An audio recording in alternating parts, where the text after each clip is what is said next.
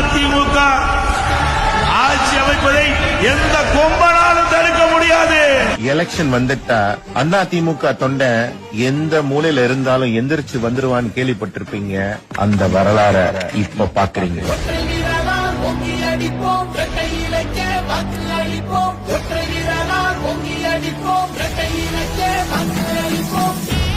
அம்மா சொன்னாரே, எங்க அம்மா சொன்னாரே, எங்க மக்களே, எங்க மக்களே, அன்பா எல்லாமே செய்யும் தாயா வந்தோமே, எங்க மக்களே, மக்களே, ஏழ வீட்டுல புத்த மன்னவ எங்க இபிஎஸ் வாராரே, மக்களின் கஷ்டத்தை வாழ்ந்தே பார்த்தவர் கை கொடுக்க வாராரே.